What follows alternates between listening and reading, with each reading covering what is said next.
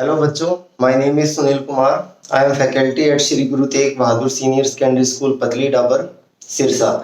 आज हम डिस्कस करेंगे क्लास 10th का जो फिजिक्स का फर्स्ट लेसन है, दैट इज इलेक्ट्रिसिटी। इलेक्ट्रिसिटी जो ऑलरेडी मैंने क्लास +2 की जो फर्स्ट यूनिट है इलेक्ट्रोस्टैट, उसका जो फर्स्ट लेसन है इलेक्ट्रिक चार्ज, उसका पार्ट 1 और पार्ट 2 आप वहां देखिए। तो उसमें जो स्टार्टिंग का इंट्रोडक्शन पार्ट है कि इलेक्ट्रिक चार्ज क्या होता है, इलेक्ट्रिक चार्ज के जो नेम है पॉजिटिव एंड नेगेटिव वो कैसे रखे गए, तो मैं एकदम स्टार्टिंग से स्टार्ट नहीं करूंगा क्योंकि आप वहां से part first electric charge part 1 and electric charge part 2 वहां से देख सकते हो। ठीक है, आज हम स्टार्ट करेंगे electricity class 10th।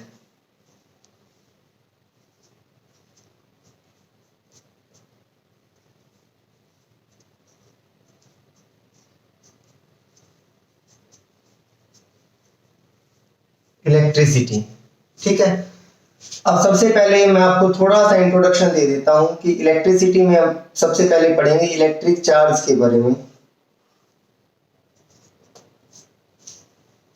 Electric charge is the characteristic of a material, due to that characteristic it has a tendency to apply force.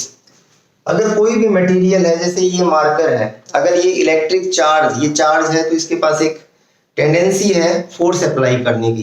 जैसे आप जब बच्चे थे तो आप देखते थे कि जब हम एयर में किसी चीज को रब करते हैं पेन वगैरह, तो कुछ पेपर की पीस उठा लेता है, इसका मतलब हम बोलेंगे कि हमारा जो पेन है वो चार्ज हो चुका। ठीक है, इलेक्ट्रिक चार्ज को जो हम रिप्रेजेंट करते हैं वो कैपिटल क्यू या फिर स्मॉल क्यू से इसको हम रिप्रेजेंट करते हैं। इलेक्ट्रिक चार्ज की जो यूनिट होती है वो होती है कूलम, सी से हम इसको रिप्रेजेंट कर सकते हैं। ठीक है, अब आपने पढ़ा होगा कि charges are of the two types, positive and negative. ये पॉजिटिव एंड नेगेटिव क्यों है, तो इसके बारे में भी मैंने वहां डिटेल में बताया था, वो वीडियो जरूर देखना। तो types of charges is positive and negative. किसी भी मटेरियल को हम चार्ज कैसे कर सकते हैं, उसके 3 मेथड है, charging by rubbing, charging by conduction and charging by induction. ये मेथड तीनों भी मैंने वहां पे डिटेल में डिस्कस किए हैं। अब हम बात करेंगे इसके बाद में इलेक्ट्रिक करंट क्या होता है।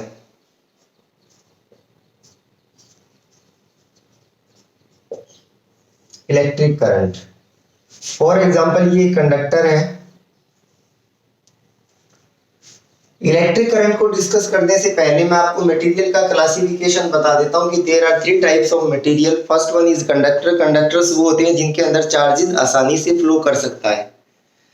कंडक्टर्स आपके कौन से होते हैं, जैसे मेटल्स होते हैं, जैसे बेस्ट कंडक्टर आपका सिल्वर है, एल्यूमिनियम है, कॉपर है। इंसुलेटर वो होते हैं जिनके अंदर इलेक्ट्रिक चार्ज आसानी से फ्लो नहीं कर सकता। इंसुलेटर के ऊपर चार्ज आ सकता है, जैसे इसके ऊपर चार्ज आ सकता है बट वो फ्लो नहीं कर सकता। तो इंसुलेटर में हमारे वुड है, माइका है, पीवीसी है। और third one is the semiconductor whose conductivity lie between the insulator and conductor, for example germanium and silicon.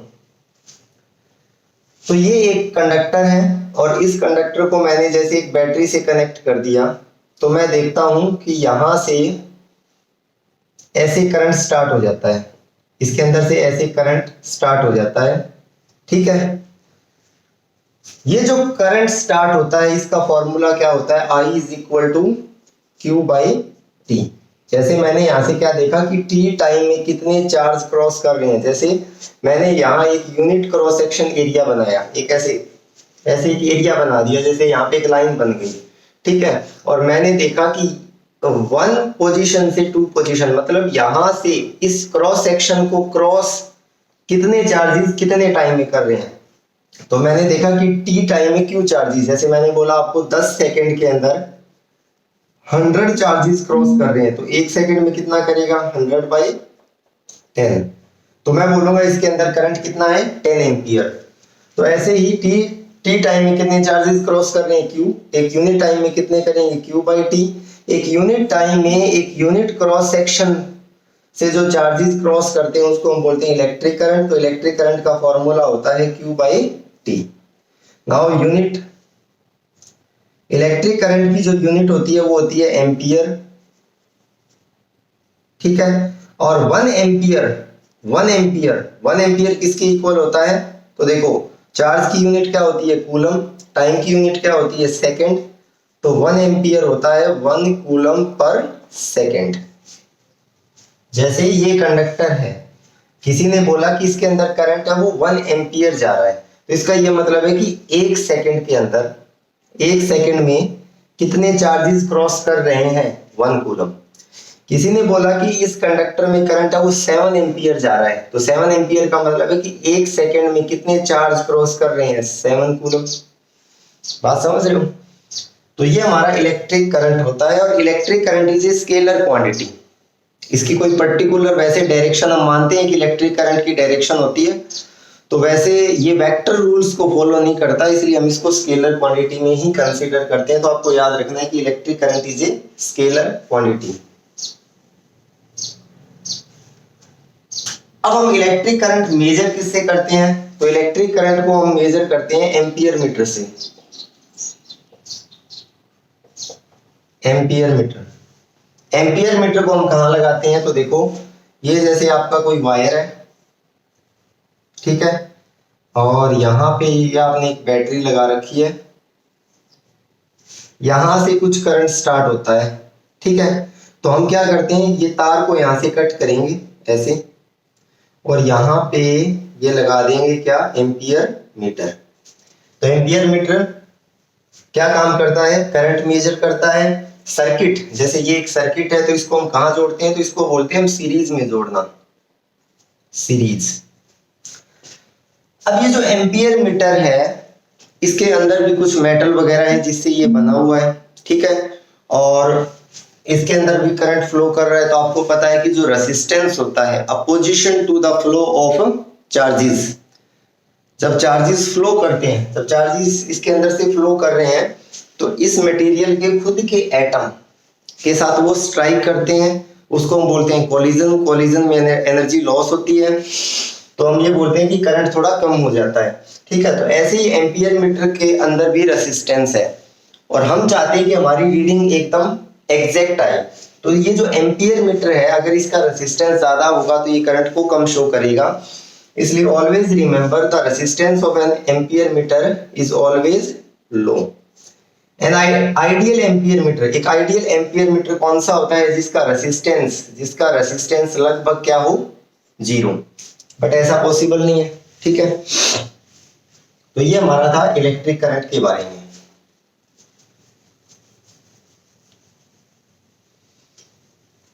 अब जो हमारा नेक्स्ट आर्टिकल है वो है इलेक्ट्रिक पोटेंशियल।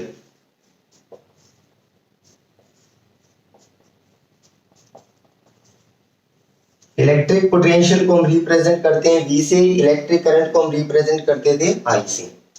इलेक्ट्रिक पोटेंशियल बोल सकते हो या voltage. Potential is a better word than voltage. Voltage को हम डे टू डे लाइफ में हम यूज करते हैं, जैसे हमारे घर के अंदर 220 वोल्टेज आती है, ठीक है। सिंपल अगर इसको तुम समझो तो ये क्या है? तो आंसर है this is a form of energy, ठीक है। अब जैसे देखो ये मेरे यहाँ पास एक चार्ज है, this is a positive charge. जैसे मैग्नेट के चारों ओर क्या होता है? तो आंसर है मैग्नेट के चारों ओर एक मैग्नेटिक फील्ड बनता है। उस मैग्नेटिक फील्ड के अंदर जब आप एक दूसरी मैग्नेट लेके आते हो, तो आप देखते हो कि या तो वो ये पहले वाली मैग्नेट उसको अट्रैक्ट करेगी या उसको क्या करेगी? रिपेल। तो अगर वो उसको रिपेल कर रही है और आपको उसको पास लेके आना है, तो आपको पीछे से वर्क करना पड़ेगा, कुछ फोर्स लगाना पड़ेगा, ठीक है। तो ऐसे ही जो चार्जेस है उसके चारों ओर क्या होता है? तो आंसर है चार्जेस के चारों ओर एक इलेक्ट्रिक फील्ड होता है। ये इलेक्ट्रिक फील्ड ऐसे चारों डायरेक्शन में होता है, तो हम एक पर्टिकुलर डायरेक्शन का ही लेते हैं, ठीक है। तो यहाँ कुछ इलेक्ट्रिक फील्ड है और यहाँ पर एक दूसरा चार्ज रखा हुआ है पॉजिटिव, ठीक है। अब मैंने आपको बोला कि इस चार्ज को पोजीशन ए से पोजीशन बी तक लेके जाओ। आपको पता है कि ये जो चार्ज है ये इलेक्ट्रिक फील्ड के अंदर रखा हुआ है। अगर मान लो हम इस चार्ज को ए से बी तक लेके आते हैं, तो हमें क्या करना पड़ेगा? तो आंसर है हमें इसके ऊपर फोर्स लगाना पड़ेगा और इतना डिस्प्लेसमेंट करना पड़ेगा। तो फोर्स इंटू डिस्प्लेसमेंट आपने 9th में पढ़ा है, क्या होता है? वर्क। अगर मुझे इस चार्ज को ए से बी लेके आना है तो जितना फोर्स ये वाला इसके ऊपर लगा रहा है उतना ही फोर्स मुझे इस पे लगाना पड़ेगा। फॉर एग्जांपल जैसे ये +10 इधर फोर्स लगा रहा है तो मुझे -10 से थोड़ा सा ऊपर, जैसे -10.00001, क्योंकि इसके अंदर एक्सीलरेशन नहीं आना चाहिए। एक्सीलरेशन बॉडी में कब आता है? जब उसके ऊपर एक नेट फोर्स काम करता है। इसलिए ये मत सोचना कि इधर +10 लग रहा है इधर -10 लग रहा है, नेट फोर्स इज 0 और ये यहीं रहेगा, नहीं। For a uniform motion there is no need of force, net resultant force. तो अब आप क्या करोगे? इसके ऊपर फोर्स लगाओगे, डिस्प्लेसमेंट करोगे और इसको आप यहां रख दोगे, ठीक है। तो आपने क्या देखा कि आपने यहां से इसको यहां पे रखा और आपने वर्क किया कितना? W। ये वर्क आपने किसके ऊपर किया है? Q के ऊपर किया है। तो आपने बोला मैंने Q चार्जेस के ऊपर कितना वर्क किया है? W। जैसे ये Q चार्ज है, मान लो 10 कूलम, फॉर एग्जांपल 10 कूलम पे आपने वर्क किया है 1000, तो 1 कूलम पे कितना करोगे? 1000 बाई 10 दैट इज 100। तो ऐसे ही एक यूनिट चार्ज पे कितना करोगे? W by Q। एक यूनिट चार्ज पे जो हम वर्क करते हैं अगेंस्ट द इलेक्ट्रिक फील्ड, ठीक है, और मैंने इस चार्ज को यहाँ पे रख दिया, तो मैंने जब इस चार्ज को यहाँ पे रखा तो मैंने वर्क कितना किया? W by Q। तो this is the potential of this point. ये इस लोकेशन का क्या बोला जाएगा? पोटेंशियल। पोटेंशियल लोकेशन के अकॉर्डिंग चेंज होता रहेगा। जैसे मैंने आपको बोला इसको यहां लेके आओ C पोजीशन पे, तो अब आपको पता है फोर्स तो लगाना पड़ेगा, बट दिस टाइम डिस्प्लेसमेंट क्या हो गया? पहले से ज्यादा। अगर डिस्प्लेसमेंट ज्यादा हो गया तो वर्क भी क्या हो गया? ज्यादा, ठीक है। अगर ये वर्क ज्यादा हो गया तो potential of C point again क्या आएगा? Work divide by charge, but B का पोटेंशियल कम है और C का पोटेंशियल ज्यादा है। जैसे मैंने आपको बोला कि यहाँ से दिल्ली 200 किलोमीटर है, ठीक है। तो अगर आपको ये जो 200 किलोमीटर है ना, ये दिल्ली का पोटेंशियल है। अगर आपको वहां पहुंचना है तो आपको वर्क करना पड़ेगा, ठीक है। तो ऐसे ही हर लोकेशन इलेक्ट्रिक फील्ड के अंदर हर पॉइंट का अपना अपना कुछ पोटेंशियल होता है। पोटेंशियल का मतलब क्या है कि अगर आपको उन पॉइंट्स पे पहुंचना है तो आपको कुछ वर्क करना पड़ेगा। वर्क पर यूनिट चार्ज क्या बोला जाता है? पोटेंशियल ऑफ दैट पॉइंट, ठीक है। Now unit of potential is volt. 1 volt potential क्या होता है? तो आंसर है इसको, वर्क की यूनिट क्या होती है? जूल। चार्ज की क्या होती है? कूलम। तो 1 वोल्ट पोटेंशियल इज 1 जूल पर कूलम। इसका क्या मतलब है? अगर मैं यहां पर 1 कूलम चार्ज रखता हूं और इसको मैं B पॉइंट पर लेके जाता हूं और वर्क मैं कितना करता हूं? 1 जूल, तो इसका मतलब है कि B पॉइंट का पोटेंशियल कितना है? 1 वोल्ट। अगर मैं 1 कूलम चार्ज के ऊपर 5 जूल वर्क करके और उसे मैं C तक लेके आता हूं तो इसका मतलब है C पॉइंट का पोटेंशियल कितना है? 5 volt. Always remember that potential is a scalar quantity, ठीक है। Potential is a scalar quantity. Now potential को हम मेजर कैसे करते हैं?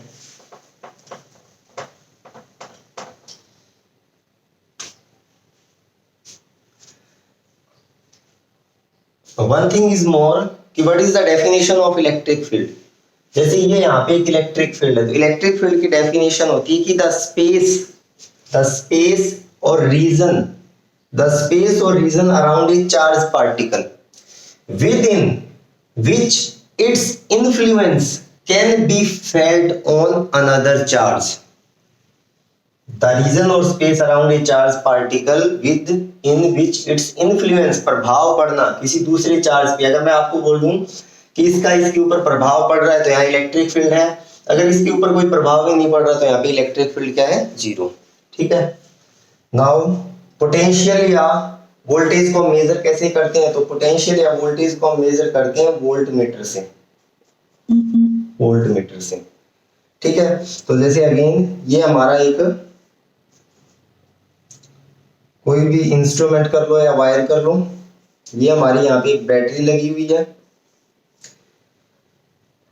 ठीक है। अब मैंने आपको बोला कि पोटेंशियल मेजर करो, तो पोटेंशियल मेजर करने के लिए जैसे करंट मेजर करने के लिए हम क्या लेते थे एम्पियर मीटर, ऐसे पोटेंशियल मेजर करने के लिए हम क्या लेंगे वोल्ट मीटर। तो ये रहा हमारा वोल्ट मीटर, और वोल्ट मीटर को अब यहाँ नहीं लगाना, इसका एक एंड यहाँ लगाना है और एक एंड यहाँ लगाना है, इसको हम बोलते हैं पैरेलल में जोड़ना, पैरेलल। और डिटेल हम इसके बारे में आगे पढ़ेंगे जैसे हम न्यूमेरिकल डिस्कस करेंगे, क्योंकि बिना न्यूमेरिकल ये आपको बहुत समझने में बहुत प्रॉब्लम हो सकती है। तो अभी आप याद रखो कि वोल्ट मीटर को हम कहाँ जोड़ते हैं, सर्किट के पैरेलल में जोड़ते हैं। एक आइडियल वोल्ट मीटर का रेजिस्टेंस क्या होता है, हाई। एम्पियर मीटर का रेजिस्टेंस क्या था, लो था। वोल्ट मीटर का क्या रखना है, हाई। हाई क्यों रखते हैं, तो देखो थोड़ा ध्यान से। मान लो फॉर एग्जांपल यहाँ से करंट जा रहा है 10 एम्पियर, तो यहाँ तक कितना है 10 एम्पियर, ठीक है। अब मान लो आपने वोल्ट मीटर का रेजिस्टेंस लो कर दिया और इधर से करंट कितना चला गया 3 एम्पियर, 3 एम्पियर, ठीक है। तो इधर से कितना जाएगा 7 ampere. There is a potential drop.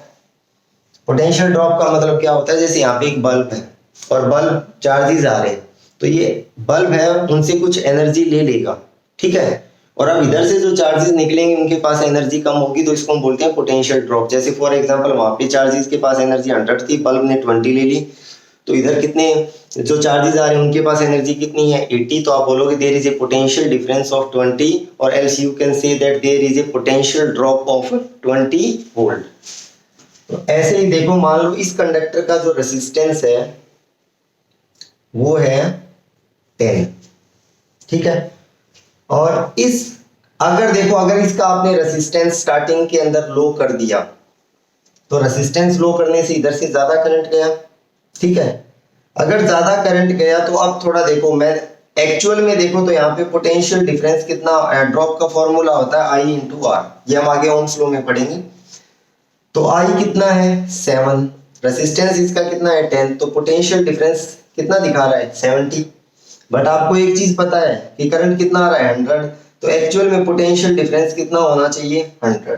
तो अगर मैं इसका रेजिस्टेंस हाई कर देता हूं, तो मैंने देखा इधर से सिर्फ करंट जाता है कितना 0.01, ठीक है। अगर 0.01 जाता है तो यहाँ पे डिफरेंस कितना आएगा, लगभग 99 वोल्ट, जो अप्रोक्सीमेटली 100 वोल्ट के लगभग इक्वल है, ठीक है। तो ये पोटेंशियल ड्रॉप क्या होता है ये हम आगे न्यूमेरिकल में डिस्कस करेंगे। तो अभी आप तो एक आइडियल वोल्टमीटर कौन सा होता है जिसका रेजिस्टेंस क्या हो, आइडियल वोल्टमीटर का रेजिस्टेंस क्या होना चाहिए इंफिनिटी। आइडियल एम्पियर मीटर का रेजिस्टेंस क्या होना चाहिए, लगभग 0, ठीक है। तो ये हमारे वोल्टमीटर और एम्पियर मीटर हुए। अब हम बात करते हैं इलेक्ट्रिक सर्किट की। इलेक्ट्रिक सर्किट जो हमारे घर में होते हैं या कहीं भी आप देखते हो, तो उसको अगर हम बोर्ड पे या कॉपी पे बनाते हैं तो उसको हम कैसे रिप्रेजेंट करेंगे। तो देखो, ये हमारी कोई वायर मान लो या कोई इंस्ट्रूमेंट मान लो, जैसे ये एसी है या प्रेस है या बल्ब है। तो हर जो इंस्ट्रूमेंट या डिवाइस होता है उसके पास क्या होता है, रेसिस्टेंस, ठीक है। अब हमें इस बल्ब को जलाना है तो हमें क्या जोड़नी पड़ेगी, एक बैटरी। अब देखो, अगर आपने सिंगल ऐसे कर दिया, तो अगर ये सिंगल ऐसा है, इसको हम बोलते हैं पॉजिटिव टर्मिनल, इसको बोलते हैं नेगेटिव, तो इसको हम बोलते हैं सेल। और एक ग्रुप ऑफ सेल मिलके क्या बनाते हैं, बैटरी। जैसे इन्वर्टर की बैटरी होती है, उसमें बहुत सारे सेल होते हैं, ठीक है। तो हम यहाँ पे क्या लगा देते हैं, एक बैटरी। ये बैटरी का प्लस है, ये बैटरी का माइनस है। अब यहाँ से क्या स्टार्ट होगा, current is always started from positive terminal, ठीक है। तो हमें इसके अक्रॉस क्या पता करना है, एक तो करंट पता करना है। तो करंट के लिए हम यहाँ क्या लगा देंगे, सीरीज के अंदर एम्पियर मीटर। ये रहा एम्पियर मीटर, सीरीज में लगा दिया, करंट मेजर करना है। ये जो प्रेस है ये कुछ एनर्जी भी लेगा चार्जेस से, कुछ वोल्टेज को ड्रॉप कर देगा। जैसे हमारे घर में एकदम लोड बढ़ता है तो वोल्टेज डाउन हो जाती है, ठीक है। तो यहाँ पर हम क्या लगा देंगे, मेजर करने के लिए voltage, there is a volt meter. इसको बोलते हैं सीरीज में लगाना और इसको बोलते हैं पैरेलल। एम्पियर मीटर लगाने के लिए आपको वायर को कट करके लगाना पड़ेगा, बट वोल्ट मीटर हमें ऐसे इधर उधर एंड पे लगा देते हैं। ठीक है। एक चीज और, कई बार हमें बैटरी की वोल्टेज कम या ज्यादा करनी पड़ती है एक्सपेरिमेंट करने के लिए, तो हम क्या कर देते हैं, यहाँ पे कई बार ऐसे क्रॉस का साइन भी कर देते हैं। इसको हम बोलते हैं वेरिएबल वोल्टेज, वेरिएबल वोल्टेज या फिर रियोस्टेट। रियोस्टेट मतलब हम एक ऐसा डिवाइस लगा देते हैं कि जिससे हम उसका रेजिस्टेंस कम या ज्यादा करके करंट को कम या ज्यादा कर सकते हैं। तो दिस इज ए रियोस्टेट। ये कंडक्टर है, ये एक वोल्टमीटर है, ये एक एम्पियर मीटर है, और यहाँ पे हम एक लगा देते हैं स्विच। अभी ये स्विच ऑन है और अभी ये स्विच ऑफ है। ठीक है, तो इसको हम बोलते हैं कि इलेक्ट्रिक सर्किट। नाउ जो नेक्स्ट वीडियो है उसके अंदर हम डिस्कस करेंगे ओहम्स लॉ के बारे में। ठीक है।